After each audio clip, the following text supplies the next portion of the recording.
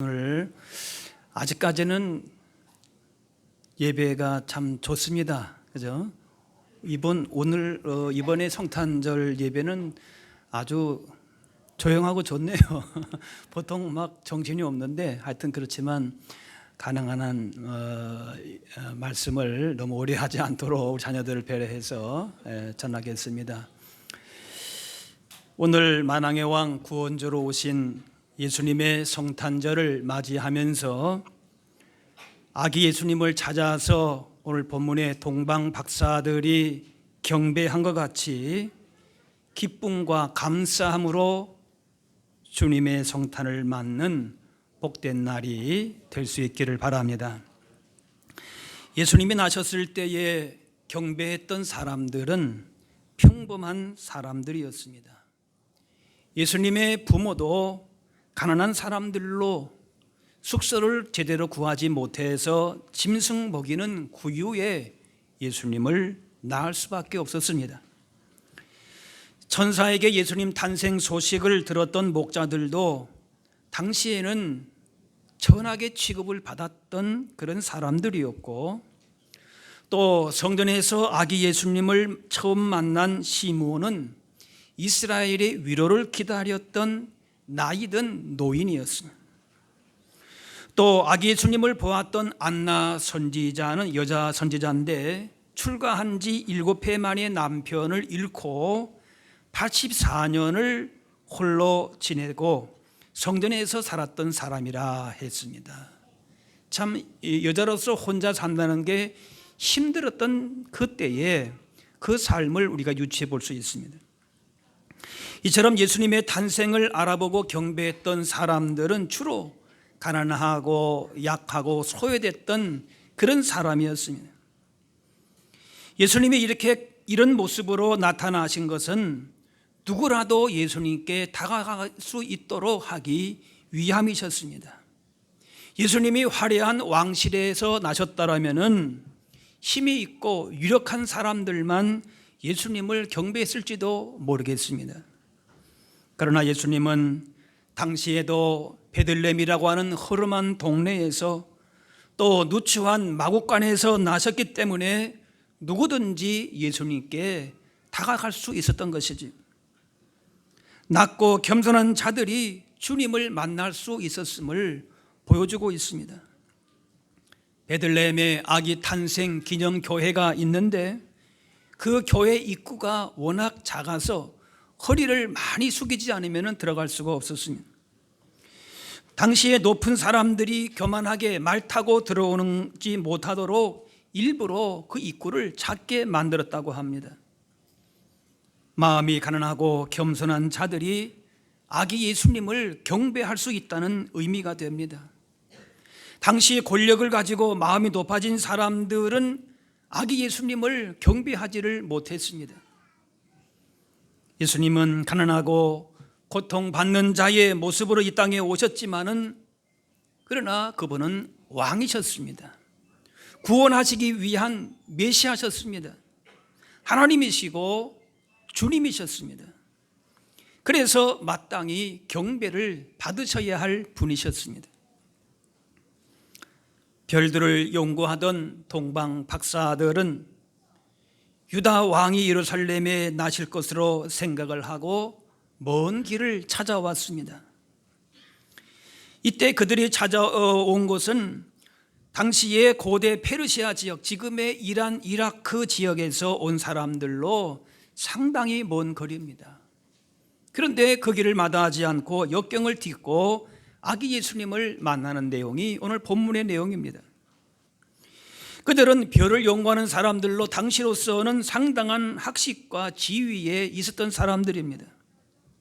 그런데 별을 관찰하다가 유다 왕의 탄생을 알리는 별을 발견하고 그 먼 길을 온 것입니다. 그래서 유다의 왕으로 오신 이가 어디 있느냐 물었습니다. 그들은 당연히 유다의 왕으로 오신 분이기 때문에 여기 있는 사람들은 알 것이라 생각을 했습니다. 그러니까 헤롯 왕이 유다 지도자들, 종교 지도자들을 불러서 그리스도가 어디서 나겠느냐 묻습니다. 그때의 종교 지도자들은 그걸 알고 있었습니다. 성경을 펼치면서 그 위치를 말합니다. 오늘 본문의 6절인데 유대 땅 베들레헴아 너는 유대 고을 중에서 가장 작지 아니하도다. 내게서 한 다스리는 자가 나와서 내 백성 이스라엘의 목자가 되리라 하였음이니이다. 이렇게 종교 지도자들은 이것을 알고 있었음에도 메시아를 찾아서 경배할 생각을 안 했던 것이지요. 궁금해서라도 찾아갈 터인데 이미 예언된 메시아에 대한 관심이 없었고 실상 그들은 이스라엘의 구원을 바라지도 않았습니다. 헤롯은 박사들에게 아기를 찾거든 자기에게 연락하라. 상당히 관심이 많은 것처럼 그렇게 얘기했지만은 그러나 자기의 권력을 위협한다고 생각을 해서 그 메시아를 죽이려고 했던 것이죠. 예루살렘 사람들은 유대인의 왕의 탄생, 예수님의 탄생 소식을 몰랐던 것입니다. 오히려 유대인의 왕이 태어났다는 이야기를 듣고 큰 충격을 받았습니다. 당시에 헤롯 왕은 뿐만 아니라 오늘 3절에 보니까 헤롯 왕과 온 예루살렘이 듣고 소동한지라 그랬습니다. 당황을 했던 것이죠. 헤롯 그 왕가에서 왕이 태어난 것이 아니라 다른 데에서 왕이 태어났다. 놀란 것입니다. 이 사람들은 메시아가 태어나지 않아야 자신들의 특권을 지속한다고 생각을 했습니다. 그런데 동방 박사들이 뜻하지 않게 와서 유대인의 왕이 태어나셨는데 어디 계시냐 그렇게 하니까 헤롯은 자신의 왕위가 위협받는다 생각을 하고 그래서 당시에 2살 아래의 남자아이들을 다 죽도록 그렇게 명령을 했습니다. 너무나도 어처구니가 없는 행동이죠. 하지만 동방 박사들은 마구간에 놓인 아기와 또 어머니 마리아가 함께 있는 것을 보고 엎드려 예수님께 경배하고 황금, 유향, 모략을 예물로 드렸습니다. 냄새나고 누추한 곳이지만은 메시아가 나셨다라고 하는 기대와 또 감격을 가지고 예물을 드렸던 것입니다. 이 박사들은 세상에 지위가 있었던 사람들인데 그런 것들을 다 내려놓고 아기 예수님께 겸손하게 엎드렸던 것입니다. 예수님은 경배를 받으시기에 합당하신 만왕의 왕이요 만주의 주가 되시기 때문에 그렇습니다. 예수님께서 구원자로 영원한 생명의 주인으로 오셨는데 무덤덤하게 맞을 것이 아니라 겸손하게 무릎 꿇고 주인의 자리를 그분께 내어드리면서 예수님 주시는 참된 평안과 기쁨과 복을 받아 누릴 수 있는 성탄이 되어야 할 줄로 믿습니다. 동방 박사들이 황금, 유향, 모략을 가지고 아기 예수님께 드리면서 경배했습니다. 예수님께 말하자면 첫 생일 선물을 드린 사람들입니다. 그래서 우리가 성탄절 하면 생각나는 것이 바로 그 중에 하나가 선물입니다. 저도 어린 시절에 성탄절 되게 되면 교회에서 선물을 받았던 기억이 납니다. 어떤 과자인지는 모르는데 어쨌든 봉지에 이렇게 넣어서 과자를 받을 때에 기분이 좋았던 기억이 있습니다. 우리도 지금까지 받은 선물 가운데에 기억에 남는 선물이 있을 것입니다. 그 받은 선물을 돌아보면서 감사의 마음을 새겨보는 것도 좋을 것입니다. 그런데 우리가 받은 그 어떤 선물과 비교할 수 없는 가장 큰 선물, 가장 멋진 선물은 바로 성탄의 주인공이신 예수님이신 줄로 믿습니다.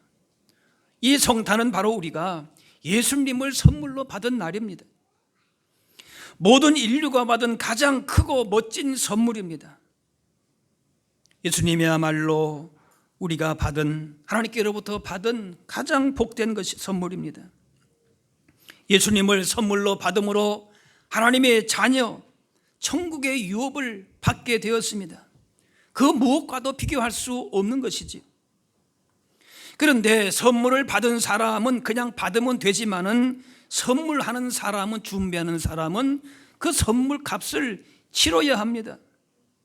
좋은 선물 하려면 더 많은 지출을 해야 되지 않겠습니까? 하나님께서 바로 주신 선물은 가장 큰 값을 치르신 선물이었습니다. 바로 하나님의 독생자 예수님이 십자가의 희생을 통해서 그 값으로 치른 선물을 우리가 받은 것입니다. 이 선물은 받으면 좋고 못 받으면 말고 할 것이 아니라 모든 사람이 반드시 받아야 될 선물입니다. 그래서 크리스마스를 축하하고 기뻐하고 감사하는 것은 바로 예수님의 이 선물을 받았기 때문인 것입니다. 아무 공로 없이 가장 귀하고 위대한 선물을 값없이 받은 날이기 때문에 기쁜 것입니다. 세상 그 어디에서도 받을 수 없는, 또 어떤 값을 치르고도 얻을 수 없는 선물을 받았기 때문에 그래서 우리가 감사하고 기뻐하는 것입니다. 이번 성탄을 맞이하면서 우리 인생의 가장 큰 선물이고 복이신 예수님을 선물로 더 받아 누리실 수 있는 저와 여러분들이 되시기를 바랍니다.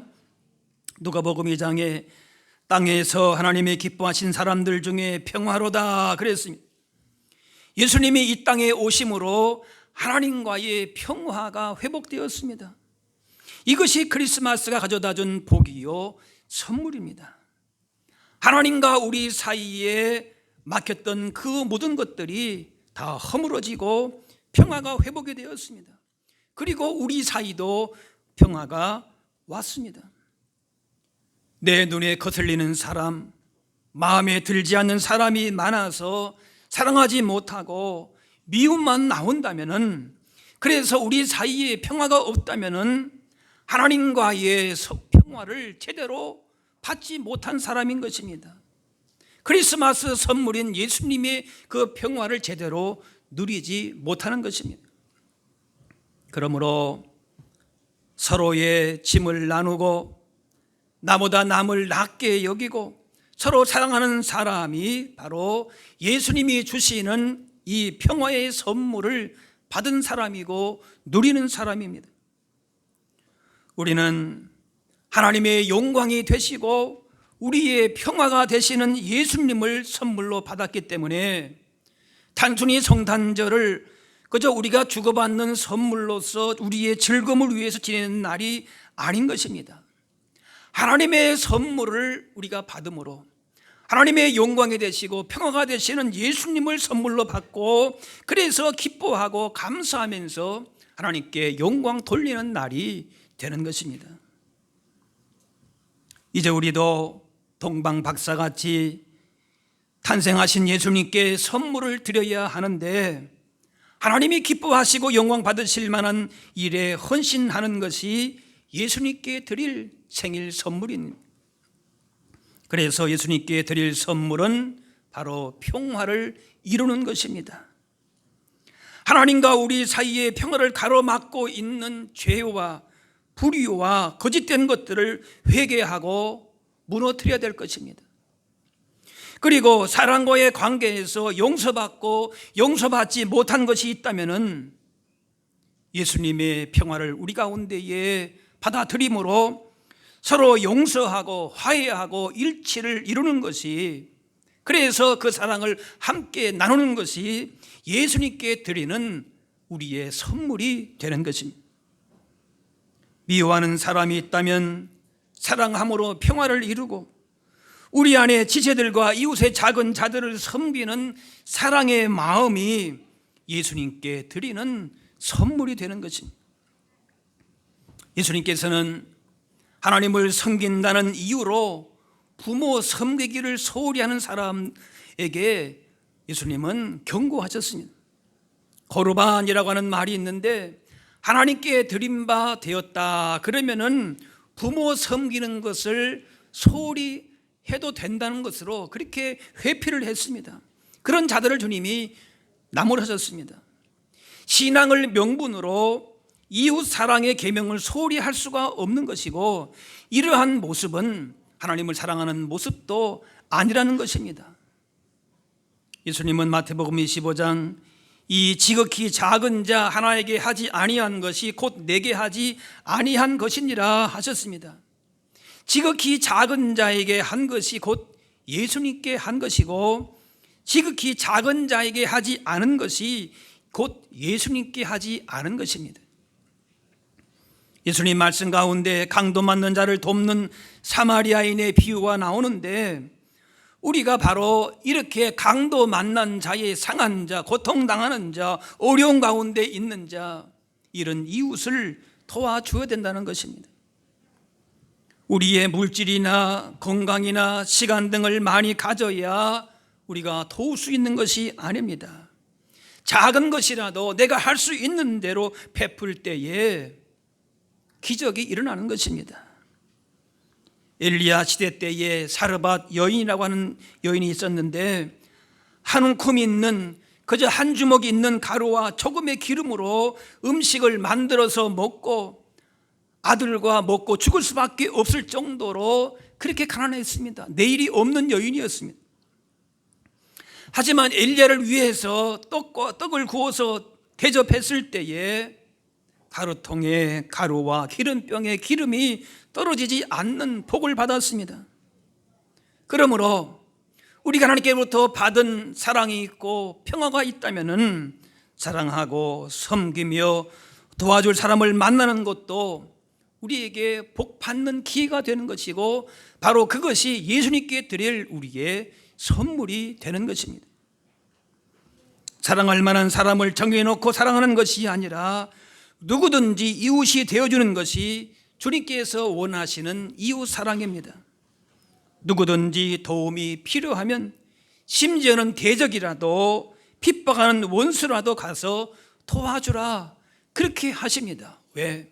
우리가 그런 사랑을 받았기 때문에 그렇습니다. 하나님께서 우리를 불쌍히 여기셨기 때문에 구원의 역사가 일어났습니다. 주님께서 병든 자와 소외된 자, 죄 지은 자, 멸망받을 수밖에 없는 자들을 불쌍히 여기셨기 때문에 생명과 구원의 사건이, 평화가 우리 가운데 주어졌습니다. 오늘 예수님의 탄생을 축하하고 기뻐하는 것은 바로 이러한 선물을 받았기 때문입니다. 우리가 단순히 평화를 이루고 섬기고 사랑한다, 그 차원에서의 사랑이 아니라 자신의 받은 선물이 너무나도 귀하기 때문에, 은혜가 더 많이 있음을 알기 때문에 은혜를 함께 나누는 차원에서 사랑을 행하고 섬기는 것입니다. 거저 받았으니 거저 주는 것입니다. 하나님께 사랑을 먼저 받은 자로서 함께 그 은혜를 나누며 누리는 것입니다. 우리는 엄청난 예수님의 사랑의 선물을 받은 사람인 것입니다. 여기 있는 분 한 분도 예외 없이 하나님의 놀라운 구원의 은혜를 받은 분들입니다.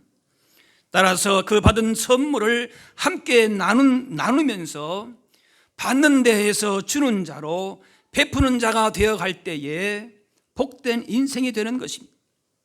영생을 소유한 사람, 하나님의 사랑을 제대로 아는 사람은 이렇게 이웃을 사랑함으로 예수님께 진정으로 선물을 드리는 사람이 되는 것입니다. 주님이 오신 오늘 성탄을 보내면서 주님께 받은 선물만 받고 복만 바라고 거기서 기뻐하는 데에 머물 것이 아니라, 예수님의 탄생을 진정으로 기뻐하고 감사한다면 동방 박사들과 같이 주님께 드려야 할 사랑과 섬김의 선물을 준비해야 할 것입니다. 우리의 눈을 조금만 돌려서 본다면 주변에 바로 이렇게 우리의 사랑과 섬김을 필요로 하는 이웃을 향해서 주님의 사랑을 전할 때에 주님이 그 사랑과 섬김을 받으시고 주님이 기뻐하실 줄로 믿습니다. 이것이 바로 예수님께 드릴 사랑의 선물인 것입니다. 이 땅에 오신 예수님께서 베푸신 사랑의 선물에 오늘 감사하고 기뻐하시기 바랍니다. 그런데 거기에만 머물지 말고 예수님께 드릴 이웃을 향한 사랑과 섬김의 선물을 감사함으로 드리는 진정 복된 성탄절 다 되실 수 있기를 주의 이름으로 축원합니다. 기도하겠습니다. 사랑의 하나님, 주님의 오심을 기뻐하고 경배하는 복된 날, 오늘도 감사함으로 예배하게 하시니 감사 찬양을 드립니다. 예수님이 땅에 오심이 우리에게 가장 큰 기쁨이요 하나님께 영광이며 우리에게는 참된 위로와 평화를 주시는 가장 귀한 선물임을 기억하며 감사합니다. 이제 이 기쁨과 감사를 주님 앞에 올려드리오니 세상을 향하여 나갈 때에 이 귀한 성탄의 선물을 가지고 예수님의 사랑과 섬김을 나누고 하늘의 기쁨과 평화를 누릴 수 있는 우리 모두가 다 되게 하여 주옵소서. 감사드리며 예수님의 이름으로 기도하옵나이다. 아멘.